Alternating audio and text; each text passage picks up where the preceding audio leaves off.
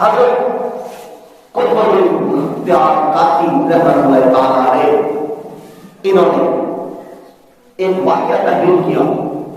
ایک نوجوان کے متعلق، اور یہ واقعہ حضرت محمد بن رحیم شکر رحمۃ اللہ تعالیٰ علیہ نے آپ نے اسرار الاولیاء کتاب کے اندر لکھا اور فقہ الصالحین کی کتاب کے اندر یہ واقعہ آپ نے لکھا۔ فرماتے کہ ایک نوجوان تھا،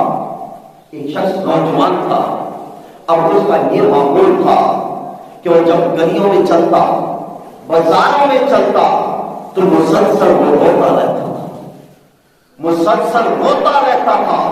اس کا یہ عالم تھا، اور اس کی جو رات گزرتی تھی وہ اس عالم میں گزرتی تھی کہ اس کے کمرے کے اندر اس نے ایک رسہ لٹکا رکھا تھا، اس رسے کو اپنے گلے میں ڈال کر اس رب کائنات کے حضور یہ التجا کرتا تھا کہ مولا میرے گناہوں کو معاف فرما،